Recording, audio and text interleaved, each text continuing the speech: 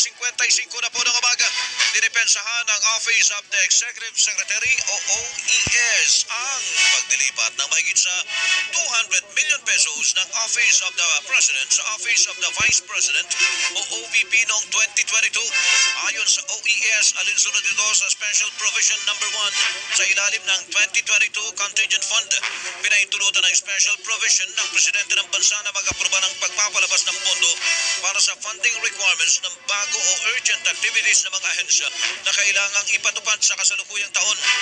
Nakita umano ni Pangulong Bongbong Marcos ang pangailangang ipalabas ang pondo para umano sa maintenance, operating and other expenses items.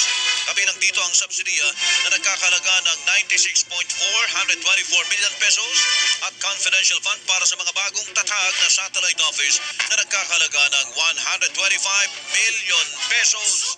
Dalawang paglabag sa batas at patakaran hinggil sa pagbabudget ng pamahalaan ng ginawang paglilipat ng Office of the President ng 221 million pesos patungo sa Office of the Vice President o OVP noong December 2022. Ayon kay Senate Minority Leader Aquilino Pimentel III, unay nanggaling ang pondo sa contingent fund ng tanggapan ng Pangulo. Sa batas, may tatlo lamang na pwede nitong paggamitan at hindi rito kasama ang confidential fund o pandagdag sa confidential fund. Una nang sinawalat ni Pimentel na ang naturang pondo'y ginamit ng OVP bilang confidential fund na kinumpirma naman ni Vice President Sara Duterte.